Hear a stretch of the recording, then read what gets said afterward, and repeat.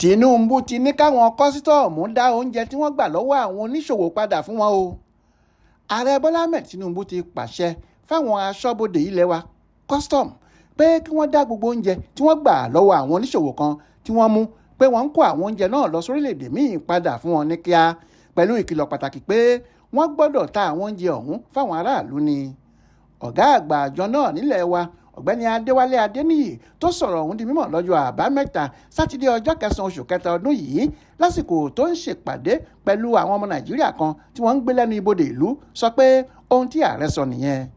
Nínú ọ̀rọ̀ rẹ̀, Adéwálé ní ìfẹ́ tí ààrẹ Tinubu ní sáwọn ọmọ orílẹ̀-èdè yìí kò láfiwé rárá o.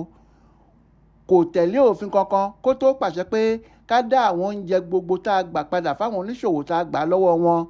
Ṣá o, ìkìlọ̀ kan ṣo tó wà níbẹ̀ ni pé àwọn ọlọ́jà ọ̀hún gbọ́dọ̀ rí i dájú pé àwọn aráàlú ní Nàìjíríà ni wọ́n jẹ àǹfààní àwọn oúnjẹ ọ̀hún, wọn ò gbọ́dọ̀ gbèrú ẹ̀ tàbí ní lọ́kàn láti lọ tà á síta mọ́. Àwa pàápàá máa fi mú fúnlẹ̀ káàkiri ìgbèríko báyìí láti mọ̀ bóyá lóòótọ́ àwọn oníṣòwò ọ̀hún pa òfin ọ̀hún mọ́ tàbí wọn ò pa á mọ́. Bẹ́ẹ̀ ò bá gbàgbé, ó lé ní tírélà 30 táwọn kọ́sítọ́ọ̀mù yìí ti gbà sílẹ̀ lọ́wọ́ àwọn oníṣòwò kan tí wọ́n fẹ́ gbé àwọn oúnjẹ ọ̀hún lọ sáwọn orílẹ̀-èdè míì, àwọn orílẹ̀-èdè tó súnmọ́ wa. Adéwálé Adéoyè ló ṣàkójọpọ̀ ìròyìn ọ̀hún fún Aláròyé online television.